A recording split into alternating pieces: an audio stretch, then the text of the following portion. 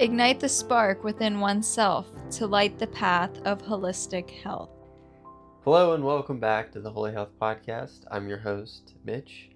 Thanks for joining us today. And as always, I'm joined here with the co-host, the doer of all things, task stacking queen. A little tongue-tied there. Amanda, my wife. Welcome. Thank you. Glad to be here. Yeah. Excited that we've made it. I'm always happy you're here. Yeah, same. Yeah. That's what I said today. You were cooking with dinner. I was like, I like you this week. It's a good week. Yeah. When I hear that, it's a good week. Some weeks I don't, Yeah. And some weeks you're just fine. Yeah. And then other weeks I like you. And now I like you. So Yeah. Ride it well, eat well is here. Yeah, there's definitely a lot of ebbs and flows with the women. Definitely. You gotta know how to ride the waves. For sure. Take that up with God. Maybe that was another flaw of his. Making woman. Just Yes. the strong ebbs and flows of the cycle of a woman. See, I don't think it was that bad originally. It was probably, that's probably due to more the modern world. Oh, for sure. Lots of external influences. But yeah. I always say the one fatal flaw that occurred that God did was make animals not live very long. Dogs, specifically. Well, cats. I mean, all of them. But yeah. Yeah. That is the one fatal flaw. I think you should be bonded. Like you get one, and then you live out your lives together. And you die at the same time.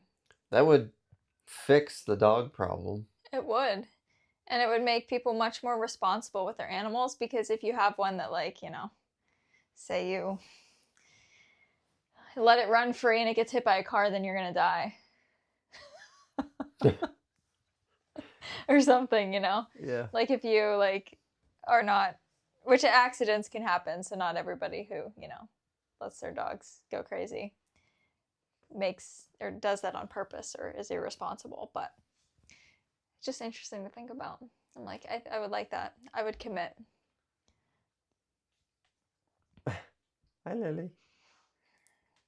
Yeah, I like that idea.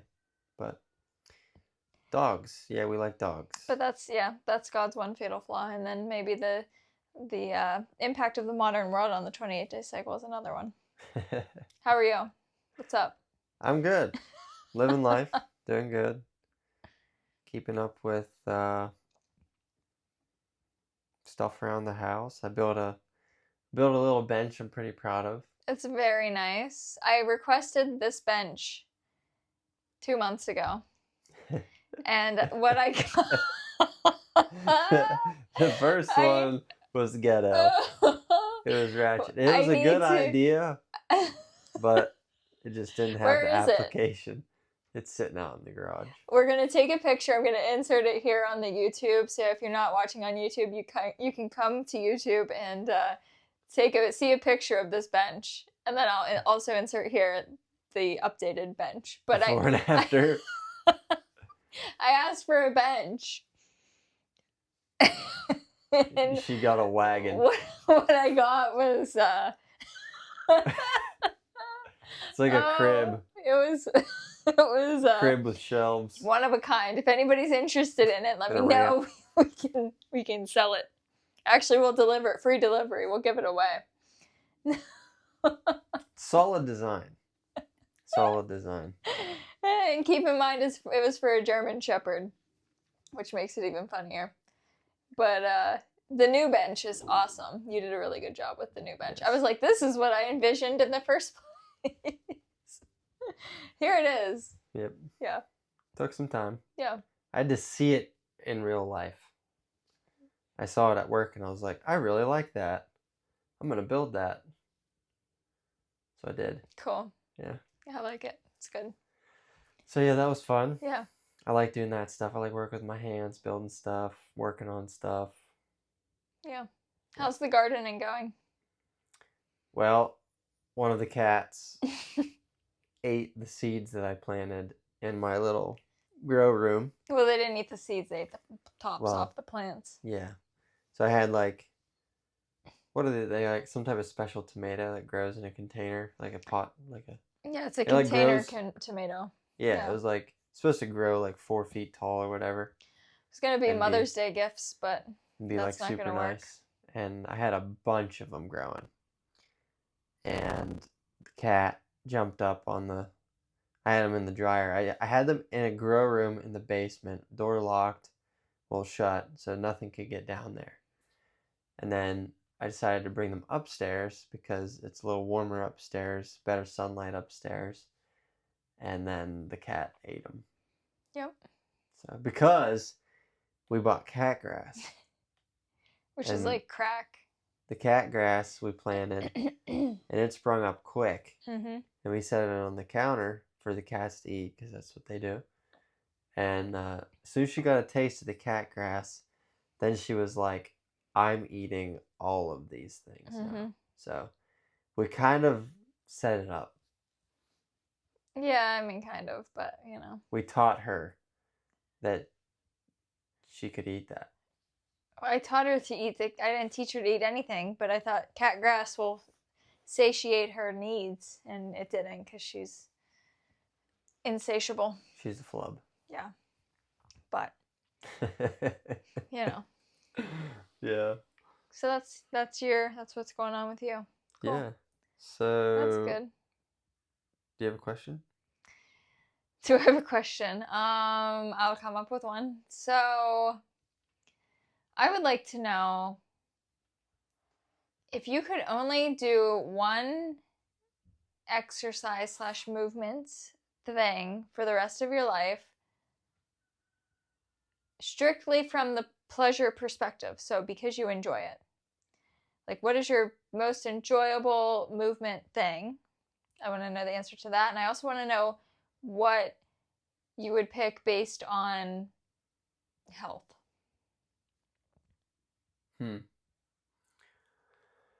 Right off the bat, I was thinking running. Really? Yeah. For pleasure? Yeah. That's weird because you haven't done that for a long time. Well, weather kind of sucks. It was like beautiful for like 2 weeks. I was busy. Building benches and fending or warding cats off of the plants. Yeah, and I was working out in the morning doing stuff. So. Yeah. Yeah, I just thought it was interesting because you don't do it much. Yeah, I don't do it a whole lot. Cool. Okay, running. That's surprising. Cool. Yeah. And from a health perspective, because we know you're not doing only that for the rest of your life. Running? From a health perspective, yeah. Why not? Are you? I would say so. Really? No weights? From a health perspective, you'll run I with think your weights. Running is like the best. Yeah? No strength training. We don't need strength training. Well, if I only have one exercise, I'm going to pick running. Cool. Interesting. I'm surprised. Yeah, because I can do sprints. I can run hills. I can run backwards. I can run sideways. I can run on your hands. Just run for a long time. Yeah. So it's pretty versatile. I like it. Yeah. Cool. I think it's good for you. It's the best thing to do. Yeah. Cool. Get outside, go for a run, jog. Is this strictly outdoor running, or would this be like treadmill running too? Well, it'd probably have to be both. If I'm doing it, only year round. So I'm like not a big fan of like running out in the snow and like the dark. Yeah, it's hard to do in the winter because of the circumstances. Like right now, it's just getting light enough in the morning that I could do things outside at the time I want to be working out. Yeah. But in January, you're like headlamp, you got to layer up properly, you got to fend off the ice and the snow plows and all of that. Yeah, like I'm not interested in that at all. No, it sucks. Yeah. Like if there's a random nice day, I might take my opportunity there, but like to do all that stuff, I'm like, nah. Imagine how different your life would be, fitness-wise, if you lived in like a good climate, year-round. Where it's just like nice year round. Mm-hmm. Yeah, you could run every day. It'd be or awesome. Be outside every I day can't doing wait stuff. someday. I follow some people. Actually, this one lady in Hawaii, she lives, and I really like her. And I just look at her. Not that I would want to move to Hawaii necessarily. I mean, I think it'd be cool to go, but island life, I'm not sure if I can hang personally. But anyways, so who knows? Maybe. But too much anxiety. well, no, it's just like, so I could drive from Florida. If I lived in Florida, I could drive from Florida to upstate New York in January and have like a different climate experience. I like to have a car. I like to be able to get places via car. And when you live in an island, like, that's harder, you know? Yeah. Anyways, so I follow this lady I really like who lives in Hawaii. And just like watching her, which I know it's like all curated and whatever, but just like imagining myself in that environment, I'm like, I would fly to the moon with success of my health. I know it. Like I would just like, everything would just get better from a health perspective because you can't beat it. I mean, for me, somebody like me, a lot of people like seasons. And I like them in my head, but in the implementation of it, I can't hang. Mm-hmm. So it's interesting to think like how your fitness would change. It changes depending on where you live, like the climate that you're living in. And like where we live right now is not very conducive to running all year round, so let's say. Yeah, outdoor gyms. So cool. Yeah, that would be nice. Mm-hmm. I like working out outside. Yeah, someday we'll get there. Yeah, I went to one before that they had like a side door that you could go out, and they had like a little turf area, and they had like barbells and different weights you could take outside and stuff. That was cool. Well, Ashley Horner, before she moved away from her beach house, I mean, this was Virginia, and Virginia has seasons, but she had an outdoor setup right along the beach. And I was just like, that's good. Yeah, that would be sweet. We'll get there. We'll be moving to free and fun Florida or something at some point. Texas? No. Not a Texas girl? No. Why not? Way too hot and not great beach vibe. You're all about the beach. Yeah, I need to be close to the beach. I gotcha. So yeah, we are going to talk about some movement. We are. Fitness, movement, the body, what it does to the body, how important it is, different types of fitness, things that are, tried and true, best methods, safe and effective, all the things. So let's start off with, what is your movement practice? I think I've finally settled into a really good one for me. So just to kind of lay the ground of where I was, for a good year and a half, I did Pilates, weighted Pilates 3 days a week. And I felt like that really laid a good foundation for me, because what I was finding before that was like when I would try to use heavier weights, like I was compensating and I wasn't able to activate the right muscles for what I was trying to do. And so I was frustrated because I couldn't get that connection going when I was working out with the muscles and the whole thing. So switched to the Pilates, did really low weights for, like I said, like a year and a half, 3 days a week. And then I would do yoga the other 2 days. So when did we get the spin bike? January? February? Probably February. Somewhere in there, yeah. In February, we got a spin bike, and I started to spin, and I just use like spin videos on YouTube. And I spin 3 days a week, 20 to 30 minutes. And that's like my warm up. And then I do either like a 30 to 50-minute functional strength workout, I guess you could call it, also on YouTube.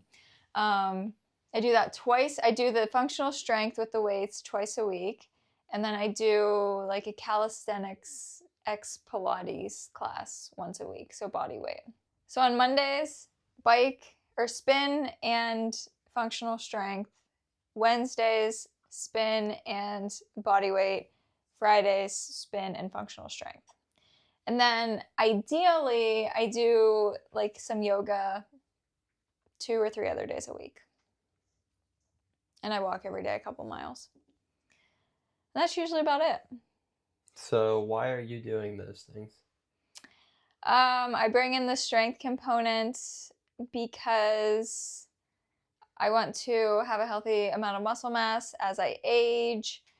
And I have been doing the functional movements because I want to be functional, and I feel like they're more set up for living life instead of things in like the, what do you call them? Linear planes.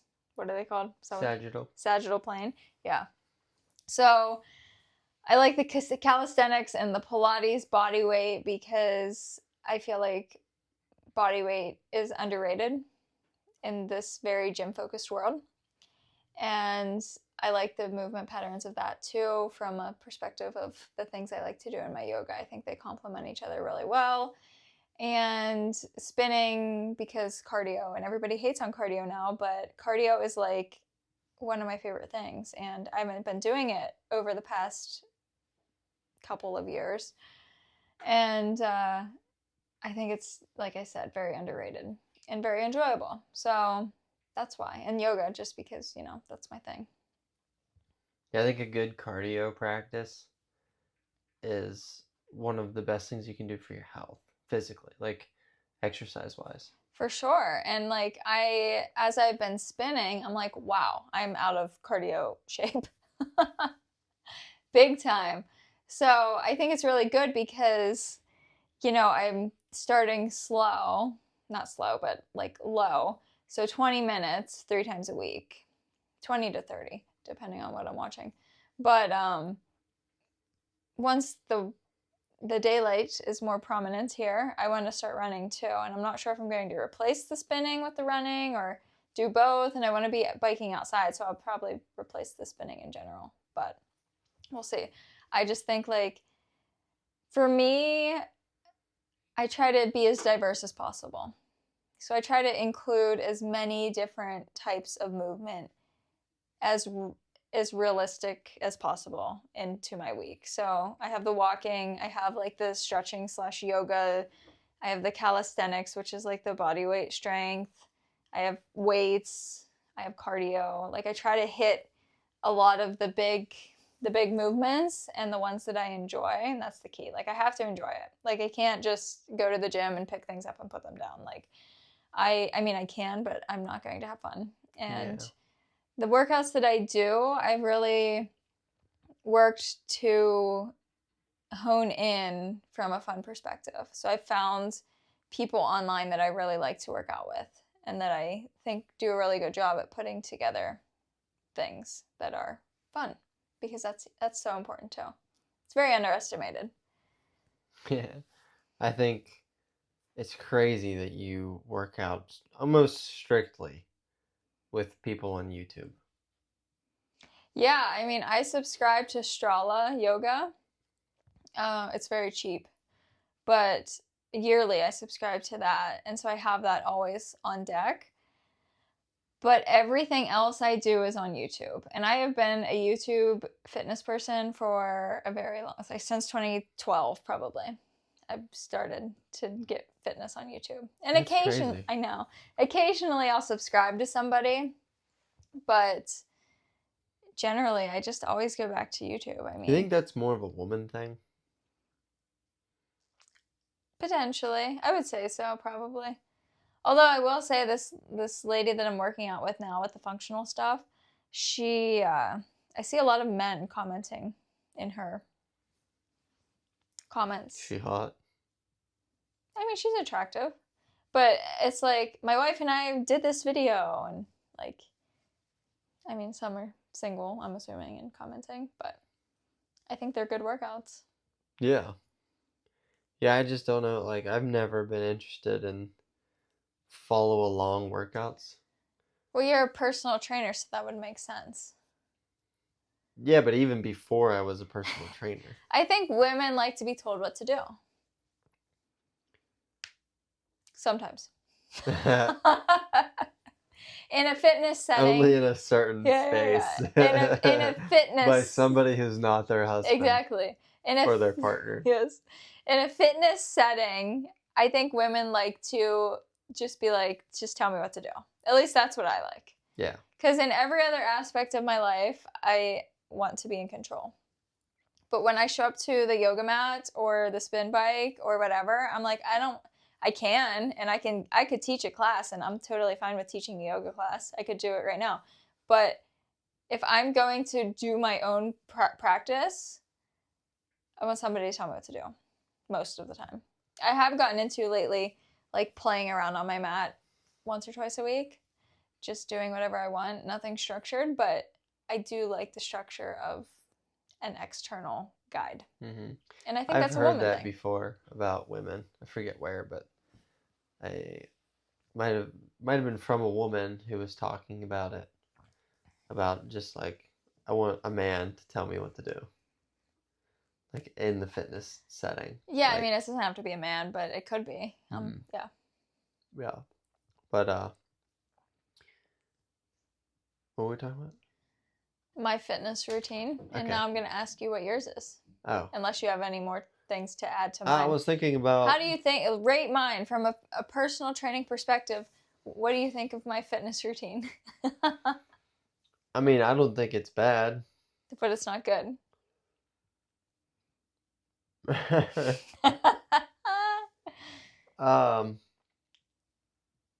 My critique would be you're not creating enough forward, like, pressure. Like, you're not developing your body to move forward. What does that mean? Like, to travel through space. Like, you're walking, like, that's good to do, like, you're walking. That's great. But you're not doing anything else to help you move through that same pattern better or more efficiently. So what would I do? That gets more complicated to talk about. It's easier to show, but basically, like the trainer, the functional patterns trainer machine down there, and how you'll see me like move forward with resistance. Yeah. So like stepping forward into a lunge? Yeah, that's gonna help. I mean, walking with weights. I did that this morning. I did that with 17-pounders. Even that though is kind of like a closed movement because you're stepping forward and stepping back, stepping forward and stepping back. There's no continuation into the next step. So what if you do walking lunges? Walking lunge. Walking lunge would be good. Like there's certain exercises that you could incorporate that are like pretty basic and generic. How do you know I don't do them? Because I know you don't. You stay on your mat, you stay in one spot, and that's how you do your workouts. I mean, kind of. Okay. So Yeah. you think I should do things forward? Go forward. Yeah, creating power. So like running? Running's great. Well, I'm going to start running again. Yeah. Running, sprinting. I would like to do that too again. Like a walking lunge pattern, like the pattern of a walking lunge. Like you're traveling in the sagittal plane forward, you're working your legs, and you're developing power, transitioning from one side of your body to the next side of the body. So spinning is not forward? No. How? Spinning? You're stationary. You're on a stationary bike. What if I'm on a regular bike? You're not moving forward. you're spinning your legs, Yeah. which is turning a gear on a wheel, which is spinning, Yeah. which moves you forward. Yeah, but the motion of my legs, like it's not a forward motion. No? Okay. It's a stationary motion. I need more forward motion, everybody, and then my life is going to change. Well, it's like, we can talk about it later. Yeah, we don't need to break it down. Yeah. I mean, it's fine. Yeah. Well, I'm not meaning you, but like the concept. Not yet. We can go there. Okay. But so that's your critique of my exercising, that I don't go forward. Yes. Other than that, I mean, it's good. It's basic stuff. I mean, you're working your muscles, you're getting your heart rate up, you're sweating, you're moving your body, you're consistent. I mean, you have all the checks, you know. But just me personally, that would be my critique. But other than that, anybody else would be like, "You're awesome." Cool. But I'm gonna hit you. Of course he is. With an X. Yeah. Red X. Has to be something. Yeah, you're missing something. What's your workout routine? Please share with the class. It's not great. No. I've been critiqued by you recently. Would you like to share? Of the size of my legs. I've been calling them Twiggy. Which is funny, but it does kind of like it hits. Because I'm like, I've always been self-conscious about my body. Which is weird. Which is hilarious because you're also not. Well, outwardly. Yeah. Like I project outward. Yeah. That to certain people of like cockiness, you know. But actually, it's like I'm constantly looking in the mirror of that looks like shit. That looks like shit. Small. Need to do this. Fix that. I don't even remember what I said about your legs. Something about being the same size as yours. I was like, and then he did legs today. I did. Yeah. So you did legs today. I did. And usually I was going to the gym pretty consistently, I would say. As consistent as I could, I guess, with my previous job, which was hard because it was like swing shift. I didn't know if I was working 8s or 10s. I had an hour and a half drive and blah, blah, blah. And by the time I got there, it sucked and I barely wanted to do it, but I did it anyways. And I maybe had like 30 minutes of like good exercising. Maybe a few times a week. It was like 3 days a week. I tried to get there 3 days a week of like something, you know. I had to do something. So that wasn't amazing. I was just kind of like surviving. I mean, that whole time I was just surviving, just in general. And but now I feel a lot better. And I can have a consistent routine. I got my equipment set up down in our workout room. I don't have enough stuff to like really do what I want, but it takes a while to build all that, you know. Oh, for sure. Get on Facebook Marketplace. Like I have one dumbbell that's 45 pounds. That I actually ordered for myself but never used. Yeah. And then we have those adjustable dumbbells that only go up to like 22. Which I freaking hate. They're so noisy and annoying. Yeah, I hate them, but they do the job. There's resistance bands, and I have that resistance machine down there. So I have kind of everything that I need. It's the bare bones. But not everything that I want. Yeah. So, dealing with that. But, yeah, I've been getting up at 5 and working out before work, which is nice. Definitely. Get a good 30 minutes in every day and try to be consistent with that, but I walk a lot at work and I move a lot, picking stuff up. Like I work pretty hard at work, so kind of drained by the like midweek, Thursday, Friday. So I might take a day off, in the morning, and then, depending on how I feel, maybe get another one in. But usually one or two of them is like just me stretching or like doing kind of like a maintenance routine of like I'm getting blood flow to an area, stretching it, rehabbing it, and like that's my workout. So it's not really a workout, it's like a physical therapy for myself, which I have to do because my knee sucks. Both of them suck, which is really disheartening because I do love leg day. Like leg day was like my favorite day of the week. I loved hitting a back squat. I loved hitting deadlifts. I loved leg press. I loved loading the legs and just picking up heavy stuff. Like that was my favorite thing. And like I can't really do that anymore. That's kind of why you're in your position too. Right. Like I destroyed my knees because of those things that I did. Like I did really heavy squats and deadlifts while mid-season. Well, I always did it since in high school. Since like freshman year of high school. Worked out all through football season, like squatting 300 plus pounds, like on Mondays every week during the football season, which is like not what you're supposed to do.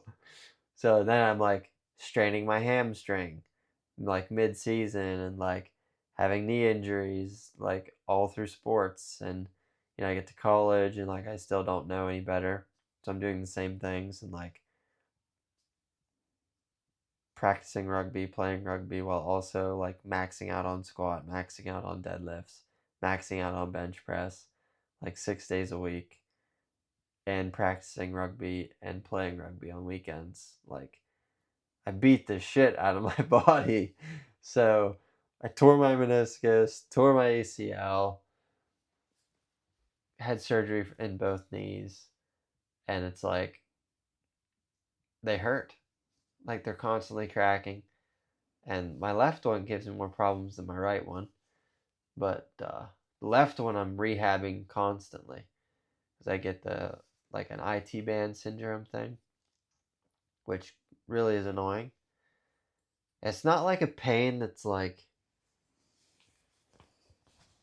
keeps you from doing your life, but it's like enough that it keeps you from doing certain things that you like. Like to do a squat, to like bend the knee. It's just like it's like one of those. Like, Yeah. I gotta It's bend like, my knee. probably shouldn't do that. Yeah. Yeah.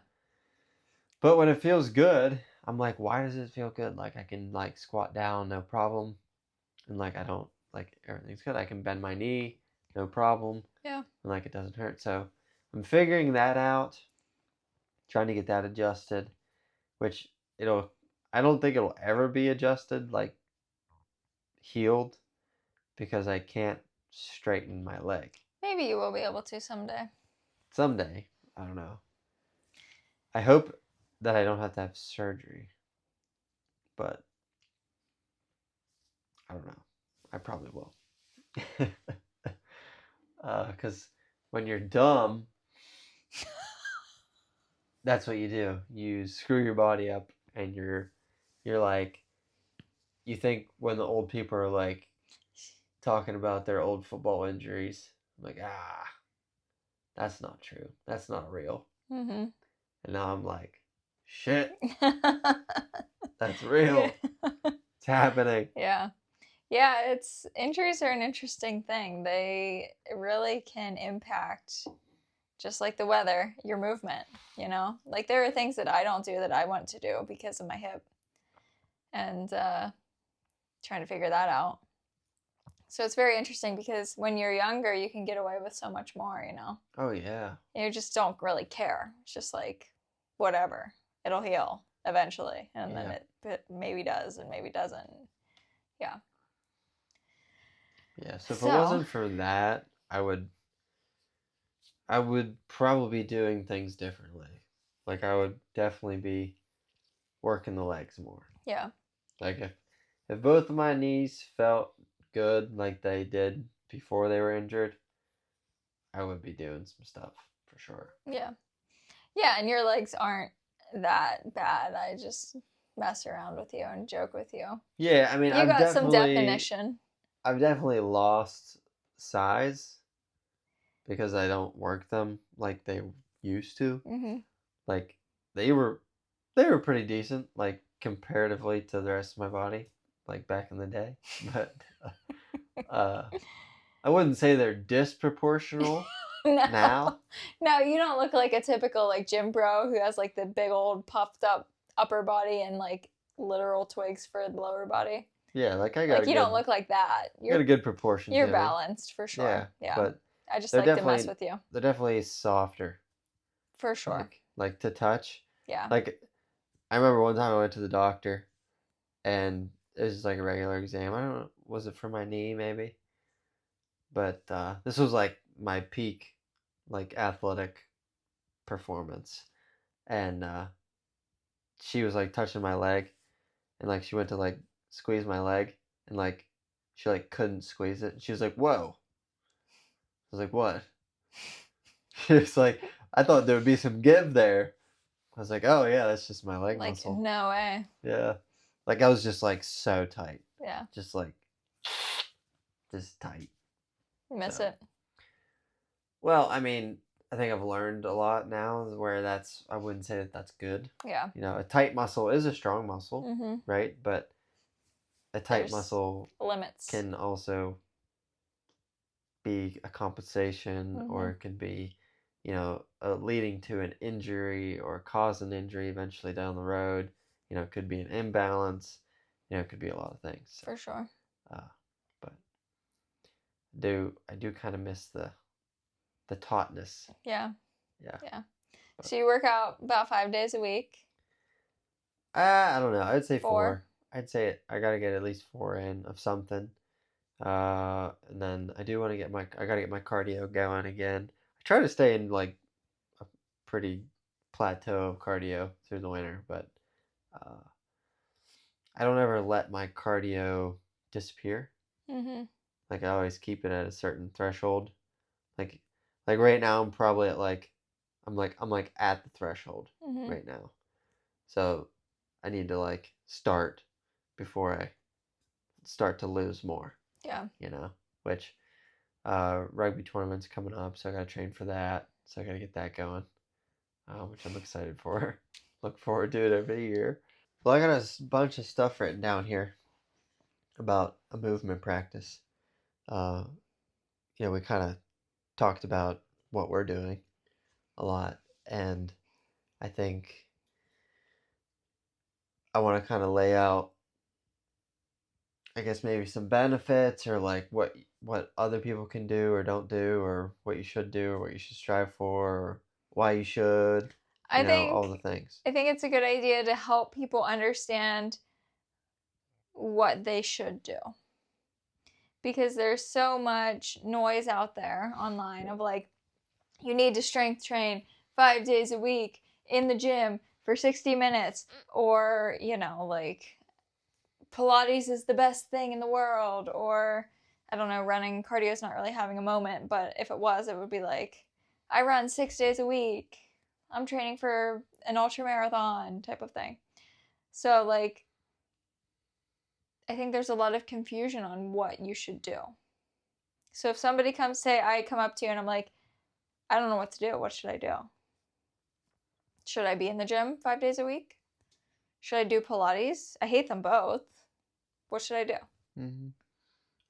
I think my best recommendation, and I think this is backed by science and research, is there's 3 different ways that you can exercise.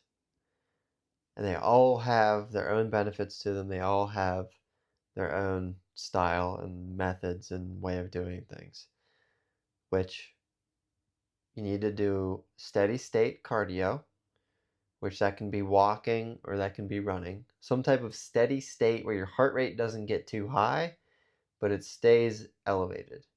You're trying to get into like zones 1 and 2, or like somewhere in there, depending on what zones you're looking at. But uh, you're getting above resting heart rate and into like probably anywhere from 100 to 130 beats per minute.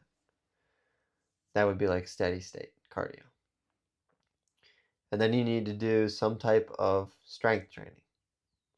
And this could be weightlifting in the gym, some type of resistance training though. Like you have to have resistance. You could do body weight, you could do resistance bands, you know, pumping iron, whatever you want to do uh, to build strength. And that's to work your muscles, to work your tendons, your ligaments, like getting blood flow through those things is really important. Um, then the other one would be high heart rate. So this would be like a max heart rate day. So we have steady state cardio, we have strength training, and then we have a max heart rate day. So those are 3 different ways to exercise where you get many different benefits from each of those. That would be the best way to set up.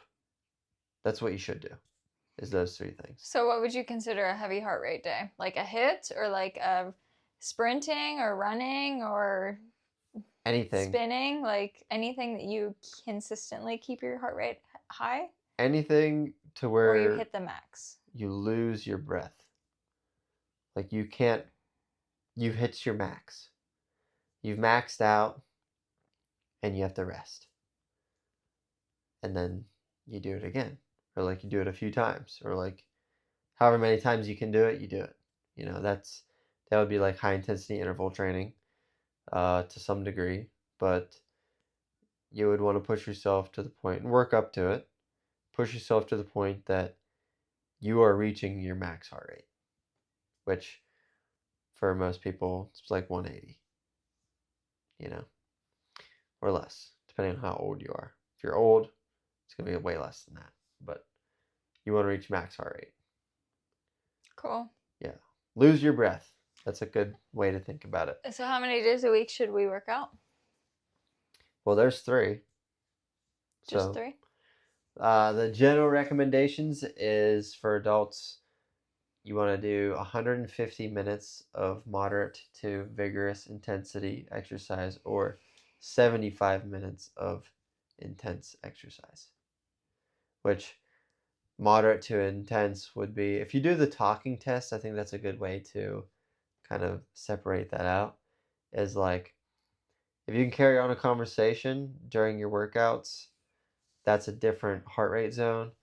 If talking becomes more challenged, like you kind of have to take pauses and take breaths between sentences, now you're into a different zone.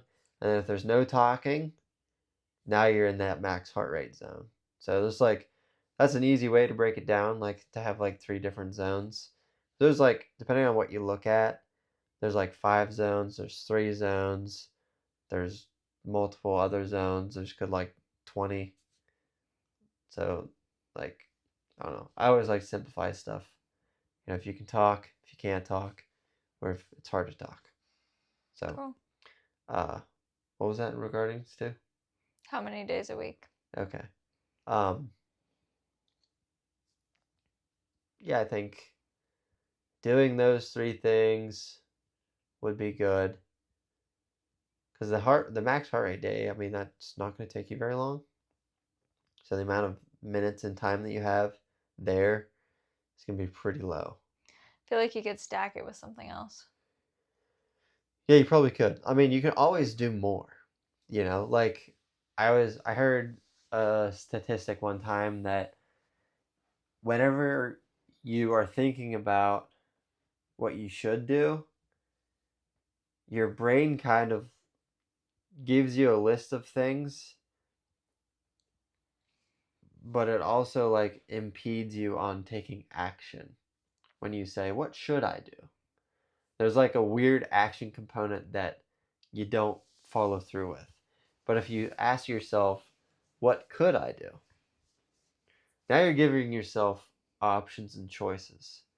without the shame and guilt coming along with the shoulding. Mm-hmm. So just by switching that mentally of asking yourself, well, what could I do? What could I stack this high heart rate day with? I could do push-ups. I could do a strength training thing. I could do, a longer walk. I could do stretching afterwards. I could do a whole, the list could go on of all of the things that you could do. But when you should on yourself, that changes the game. That's like actual like research about that. So whenever I heard that, I was like, wow, that's like really interesting, and it works I like it. because I've done it to myself a lot Words since matter. then.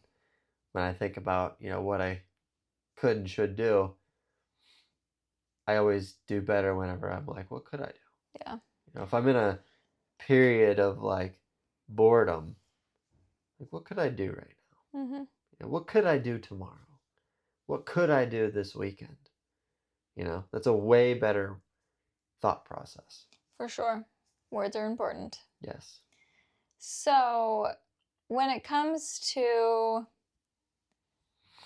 fitness, I feel like a big misconception is that when you look fit, you are healthy.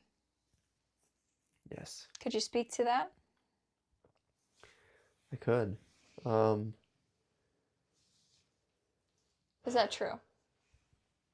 It's definitely true. I was just talking to somebody It today about is that it's a misconception. yes. Okay, yeah. Not that you look fit, that means you're healthy. Correct. Got it. I was talking to somebody today. They were talking about. Well, I overheard a conversation that I chimed in on. It's eavesdropping, and I heard like they were talking about calories, like eating, nutrition. My ears perked up. I was like, "What's going on over there?" And I heard him say the carnivore diet. He's like, I'm gonna try the carnivore diet. And I was like, don't do it. He's like, what? Like, don't do it. It's not gonna work. Why? It's like it's not sustainable. There's no fiber. And he wants to gain weight. Oh yeah, not that. It's like, don't do that. That's terrible. He'd have to eat. You know how much meat you would have to eat? That would be ridiculous. How much fat you would be eating? I was like, dude, don't do that. You don't need to do that. You need to eat a lot of carbs. If you want to gain weight, eat a lot of carbs. What is he like? He's like tall and skinny. Twiggy? Yeah. Tall and skinny, weighs as much as me, but probably 4 inches taller. But yeah. What was I talking about? The carnivore diet. Before that. Why did I mention that? You were eavesdropping. Fit equals healthy. Right, okay. The original question. Uh-huh. Okay. So just because that conversation developed into how to gain weight, and they were like, just do a cycle of roids. Just do steroids. That'll get you gained. That's terrible advice. It's like, no, like, we don't need to do that. You can do it easily, naturally, just eat more. You're going to have to eat a lot. Like, a lot.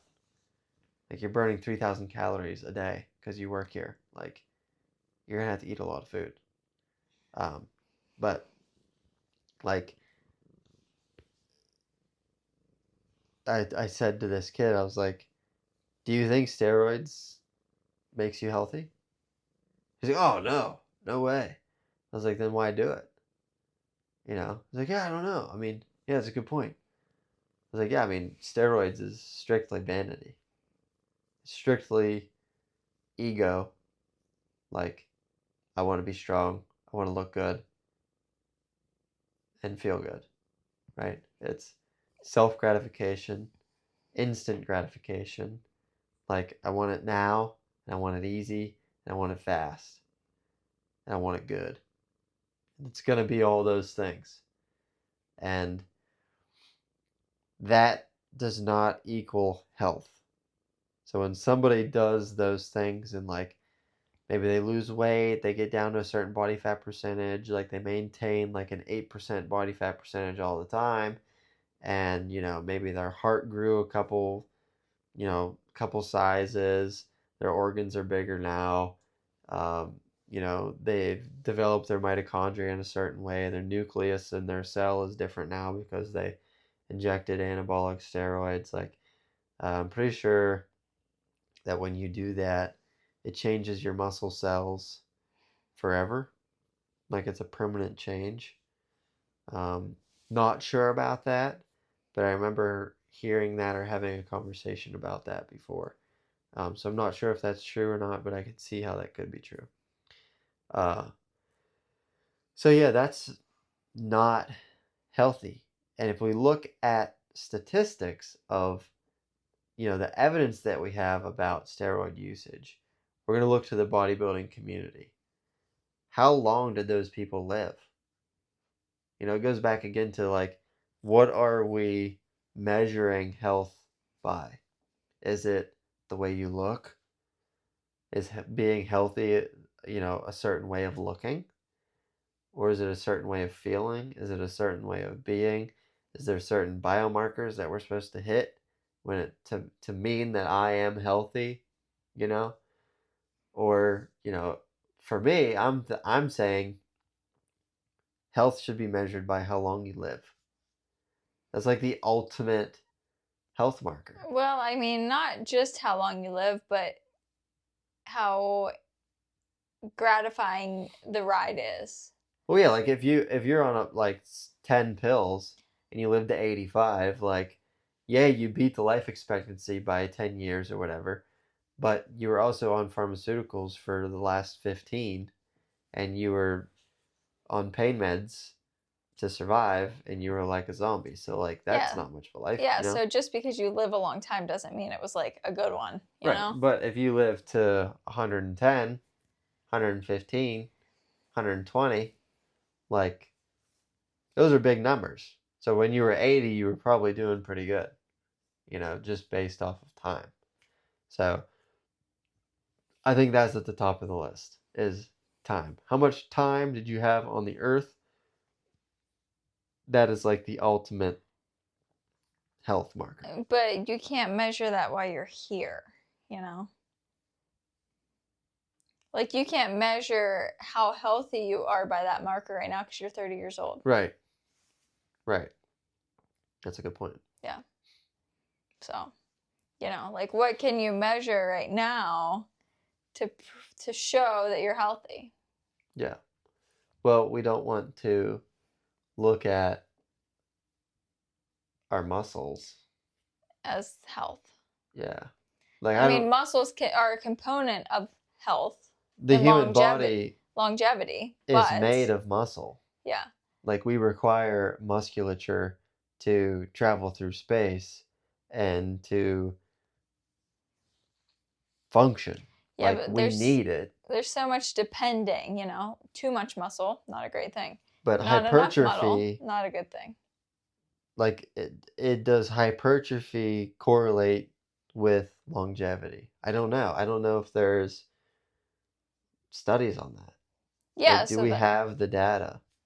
That's what, like... If anything, we have the opposite of that, because if we look at all the people that have excess muscle mass, outside of normal of what they should have, they die early. Mm-hmm. They have a bunch of health problems. They're on steroids. They're doing all sorts of stuff to feel good, stay looking that way, and they don't live long, know? But yeah, I don't know. Like, does that correlate? I don't think it does. So, measuring muscle mass for your health, there's a certain amount that would be good, right? You want to have a normal amount. Mm-hmm. If not, maybe a little bit more, as like a precautionary, because as you get older, you do start to lose it. So that would be a good reason to develop your musculature later in life, is to maintain that, or keep that at bay, keep the muscle wasting at bay for a longer period of time, so that when you do hit 65 and 70 and 80 that, you're still pretty quick. You're nimble. You can, pick stuff up without like hurting your back, or, you know, you can still like walk and run and like do things when you're older, if you have muscle mass. So that's also important to know. Like, so just like everything, it's like a nuanced perspective. Definitely. Yeah. Uh, but I mean, there's tons of things that you can measure your health by, Yeah, I you think it's know? just like true, like feeling good and enjoying life Yeah. for a long period of time without reliance on external substances to do so. Yeah. Yeah, I think like, yeah, what does it mean to feel good? Because, It means so many different things to so many people. Like before I went vegan, I thought I felt fine. Like I felt good, I would have said. And then I yeah, went vegan and I was like, whoa. you don't know until you know. Yeah. Like, I feel like I have a pretty good grasp of how I feel, and I know exactly whenever I'm starting to get sick or I got something going on because I don't feel my best. Yeah, I'm very I'm like, hyper aware, so why do I feel like this? yeah. Did I eat something? Am I getting sick? What's going on? I can like feel it almost instantly. Like Same. there's a feeling that I have. I'm like, why don't I feel like my normal self? Same, yeah. But I think in general, if you can, show up to your days long term, functioning, content, and happy with your life, like, I think that's a measure of health. Yeah, I mean, that would be, and I think a lot of these measurements can be anecdotal, which the science community doesn't really accept anecdotal evidence as like real research because it's a subjective view. Like everybody has their own perceptions of what health means. Like somebody, like for example, somebody could say, "Well, I feel good, like I'm healthy," and then you like check their blood work and their vitamins and minerals are in the tubes, their blood sugars through the roof, etc. And they say that they feel fine, but you know, I'm sure they don't. They don't know what it's like to Yeah, feel like to good. feel good. Yeah. They've always just felt that way, Mm-hmm. For sure. and that becomes normal. Definitely. Yeah.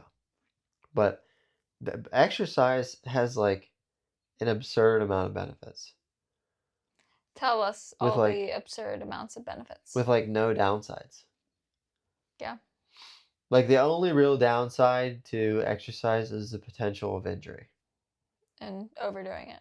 Yeah, like if you overdo it and you do stuff that's outside of your capabilities and you get hurt, like that's a downside. Mm-hmm. But from like a side effects standpoint, there are no negative side effects to exercise. Yeah. Like there's not. Mm-mm. Like what? Oh, you feel, grateful that you worked hard? Yeah. Like what are the side effects? There aren't any bad side effects. As long as you're healthy and you're not like you have high blood pressure, like you're on medications and you do something that you're not supposed to do, outside of that stuff, like medical history, but like the benefits of exercise should be enough for people to all be like, I should do that. Mm-hmm. Like that could be, I could have a daily practice of exercising or a weekly practice of exercising because the health benefits are just absurdly abundant and I could do anything and get something. Well, and here's the thing, most people know that it makes them feel better, but a lot of people still don't do it. Yeah, and I don't understand the aversion to all of the benefits. Like, is it just like I feel like it's a time and effort thing.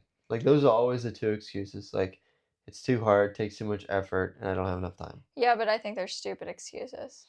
Well, yeah, we know they are, but like they're still there. Like The big one they're is the like two biggest yeah, excuses. kids are the big blame, which I think is, I mean, I don't have kids. Maybe I'll change my mind, but you can document this that I don't think I will.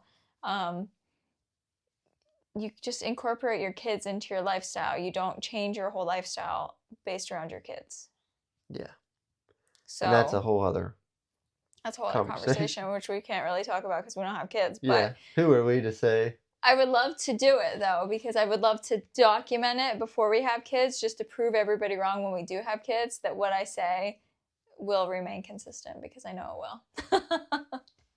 Yeah, for sure. I see other people doing it, not very many, but I do see them doing it, like taking their baby to the rock climbing gym, and it's like sitting there in its little thing while they're climbing at the gym. Mm-hmm. And whatever. Anyways, so I think kids get blamed because they are involved with time, and they're involved with energy, and they're involved with all of it. And I just think it's a bad excuse.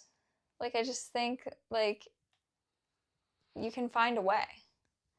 I don't know of any excuses that, other than like a severe health thing, that like you can't find a way to exercise for 20 minutes a day.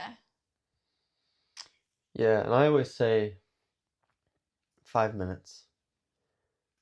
If we really think about it, especially if you are physically capable, like me or you, for example, like we have ample amount of physical ability to do pretty much any type of exercise.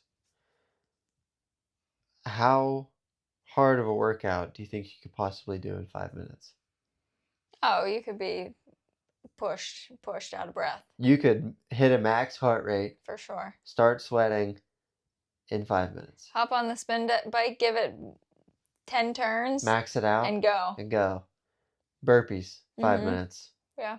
Like if you have 5 minutes, especially for the physically capable people that are at a certain level, at a higher level of training, like a well-trained individual, they could get a really good workout in 5 minutes if they had to. And an untrained individual, if you have 5 minutes, there's so many things you could do. I mean, you could go for a walk.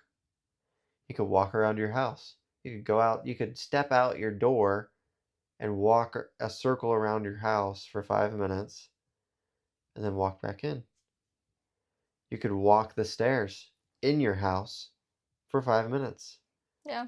I mean, there's an unlimited amount of options that you could do for 5 minutes to give you some type of exercising for that day. And if you could do that 5 times throughout the day, because I know everybody's got 5 minutes, and because you know what you do in your 5 minutes of free time? Scroll. You pick up your phone and you check your phone, and then you're staring at your phone for 10 minutes, 15 minutes. Then you're like, oh, I guess I have to go do this now. Well, you just wasted 15 minutes of your life where you could have done something for your body to benefit yourself. Yeah. So I always say 5 minutes. If you got 5 minutes, then you can do it. And everybody does. I mean, while your dinner's cooking, you can be doing things. Like you could hold on to the counter and do squats. Things on the stove, and you can bring out some weights, and there you go. Like, I've done that before. Yeah. Like, if you want to fit it in, you will. Yeah, I mean, not even like... I've done an upper body workout in the car before for 45 minutes on 75 hard with weights. You can do it. Oh, for sure. You can do it. It's all doable. Yeah. But like, for me, getting back to the benefits, if everybody kind of knows that it would be beneficial, right? Like that's like it's almost like an innately... Yeah, people know that they feel better when they do it, or if they don't know that they think that they should do it. Yeah, everybody knows, I gotta start working out. Yeah. I gotta exercise. I gotta start, get back into it. Somebody that we know has been saying it for 2 years now? Oh, asking me about stuff? Yeah. 2 years. Can you imagine having that like in the back of your head, like, I need to work out, I need to work out, I need to work out for 2 years? Like, the time and energy that you waste by thinking about the thing that you want and need to be doing and not doing it is way more energy than what it takes to actually do the thing. Yeah. I agree.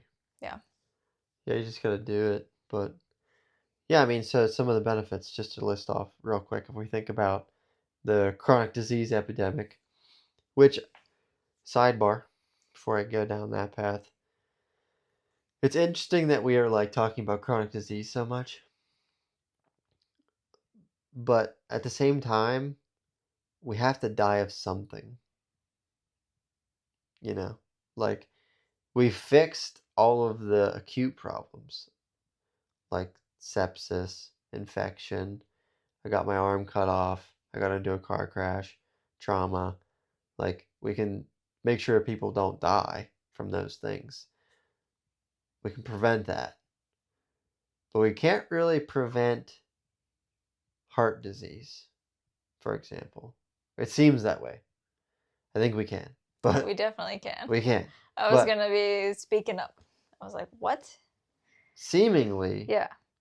we can't prevent heart disease, we can't prevent cancer, we can't prevent From a mainstream perspective, yeah, like these things just happen some to type you. of cardiovascular disease, atherosclerosis, brain diseases. Like brain diseases, there's like climbing the ladder, like Alzheimer's, dementia, Parkinson's, MS, neurological things. Those are really starting to climb the ladder on the list. But heart disease, I think, is still number one. I didn't check, but I'm sure it is. Diabetes is up there. But those are all like the chronic diseases that we have a problem with in America specifically. So it seems that we can't prevent those things, but we can prevent all the other stuff that we used to die of. So now we are later in life. We have life expectancy of like 73, I think, right now in America, which is pretty low. And we're dying of these things, these chronic diseases. Because someone made that defense to me at one point when I was like talking about, chronic disease. And they were like, yeah, but we have to die of something. It's like, yeah, like I agree that, eventually, maybe your heart gives out and that could be labeled as heart disease. That's going to get written down in the books as, oh, they died of a heart attack, heart disease, or, old age. I don't know what they would write down if you died of old age. Old age, I don't know. I mean, Like people what? die of old age. I don't know. Like the medical diagnosis Yeah, I'm not sure. of like, oh, they were just old. Yeah. Like they died. They went in their sleep, Yeah. peacefully. Like what do we write down for that? What does that person? I feel like it'd be a good idea to maybe put that into a specific category to see how many people die of old age compared to the amount of people that die of chronic diseases. Which I'm sure that number would be pretty low. Yeah, for sure. Comparatively. Definitely. But yeah, that's something that I kind of keep in mind as this conversation develops, especially in the government, of like the chronic diseases. Bless you. Thanks. So we have to have like that in the back of our minds of, okay, well, we are going to die of something, like maybe like people are going to die of cancer. Like with all of the toxins and things that we deal with in our life, cancer is a pretty high likely that it can happen to pretty much anybody, depending on your lifestyle. But like cardiovascular disease, diabetes, uh, like different lung diseases, brain diseases. Brain's an interesting one because I think that could be pretty hard it could be like cancer. But the other three are definitely preventable in my mind. Do it with the right lifestyle, with the right habits. Those things can be prevented. Well, I mean, there's so much nuance into all of that, because even the brain diseases, I saw this thing on 60 Minutes where it was like talking about dementia induced by cell phone usage and things like that. And with lung stuff, it's like, yeah, but like, have you checked your house for radon? Like mold, things like that can impact that. So there's so much nuance to all of that. Right. Yeah. So like with exercising is like at the top of the ladder when it comes to preventing all of those things. Like there's nothing else that you can really do other than sunlight. You know, the things that we talk about that are free: sunlight, spring water, and getting grounded. Those are free things that you can do that connects you to nature. Outside of that, exercise is like the next top dog. Mm-hmm. Without any side effects. Like you could say that the sun might have side effects, or spring water if you drink the wrong stuff. Well, yeah, but same with exercise. If you exercise 4 hours a day, 7 days a week, you're gonna have negative side effects. You know? Yeah, I see what you're saying there. So, like, I mean, the benefits of it is just like ridiculous. So to not do it, I think is also ridiculous. I agree. You know? Mm-hmm. So like, I mean, it's not just a physical thing; it's a mental and emotional support too. Because people just see it as like a physical thing to like lose weight or whatever. mm-hmm. But it helps mentally and physically, or mentally and emotionally, so much as well. Yeah, and like, I just looked up a statistic before we started, and they did a research study with, comparing exercise and SSRIs together. Exercise and several different, so this was like obviously several different studies about like the same thing with different results slightly. In some studies, exercise outperforms SSRIs by like 1.5 times. Other studies, it performs slightly better. Other studies, it's like the same. But most of the time, exercise outperforms the SSRIs. There's so much nuance to that too, though, potentially, because like, what type of exercise were they doing? When were they doing it? How much were they doing? Yeah, the study specifically was it had them doing specific types of exercises. Did it? Yeah, like high intensity stuff. Interesting. Get the endorphins going, like the stress hormones. Mm-hmm. Epinephrine, adrenaline. Because whenever you start exercising, those hormones start to come out. Mm-hmm. Like, they get excreted. Yeah. And that's when you start to feel good. Mm-hmm. You're in your workout now. Like, you got past your warm up, you got past your first few sets. Now your endorphins are growing. Now you're like, this isn't so bad. Yeah, you're like, this is good. I feel good. I'm in it now. I'm gonna finish. Yeah. Yeah. But like, if you don't ever get to the point where you're spiking those stress hormones enough, you never get to the point of like, oh, okay, like this is good. Like I'm feeling good. Mm-hmm. Right. And that's a practice too. Like you gotta develop that a little bit. But I'm sure that's kind of what they were doing in the study of getting those stress hormones produced in certain ways. Interesting. Cool. Anything else, Dad? Outperforms the serotonin inhibitors. Yeah. Which I think a lot of people know now that those aren't a good idea. For sure. Like, you want to take a pill with lots of side effects? Mm-hmm. That you struggle to get off of? Or do you want to exercise with no side effects? Definitely. So it's like, what are we really comparing here? And we're not even comparing like apples to apples. It's like different worlds. No, it's not the same. It's like totally different worlds. Yeah. But like one seems like the clear option. But like for some reason, a lot of people are like, I'll just take the pill. People want the quick fix. But it's like, you could have what you want if you just did the work. People don't want to do the work. Like that statement, what I just said, I mean, applies to almost everything in life. Definitely. Like, you could have what you want if you do the work, Amen. you know? Yes. So, I don't It's know. that simple. We just make it hard. We do complicate everything. Mm-hmm. But, yeah, what else? We talked about, we didn't really get into any, like, the safe and effective methods, like the different types of exercising. Kind of talked about the 3 different ways, but I was going to break down, like, I guess the different planes of motion, different concepts of, like, how to do it, I guess. We might have to say that for another time. Yeah. I think to wrap it up, in conclusion,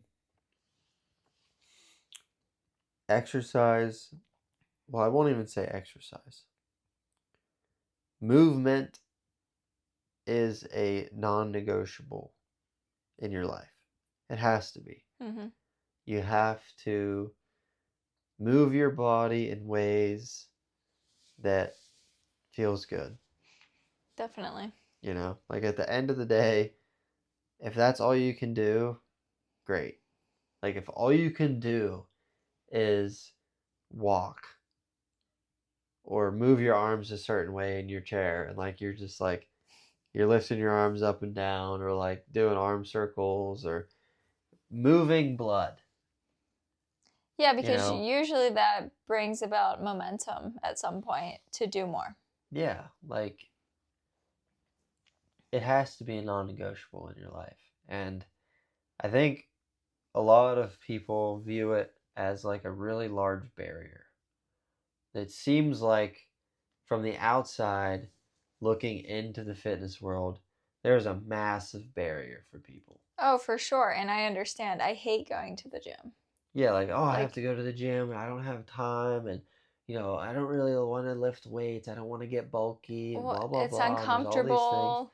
Yeah, Like, like people don't feel comfortable. there's It's there's intimidating. so many barriers, but, you know, But there's not in the modern world because we literally walk downstairs with the bare boned level of equipment.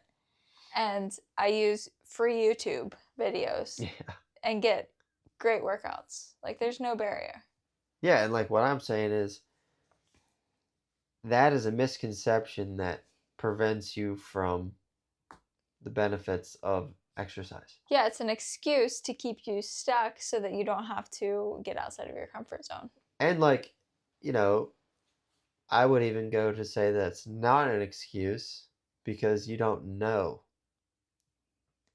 You don't know until you know. Like if you didn't know that you could do this and still get benefits, I wouldn't really say that's an excuse. You just didn't know any better. To work out? Yeah, like if you didn't know that you could get the same benefits in 5 minutes as if you could in 30 minutes.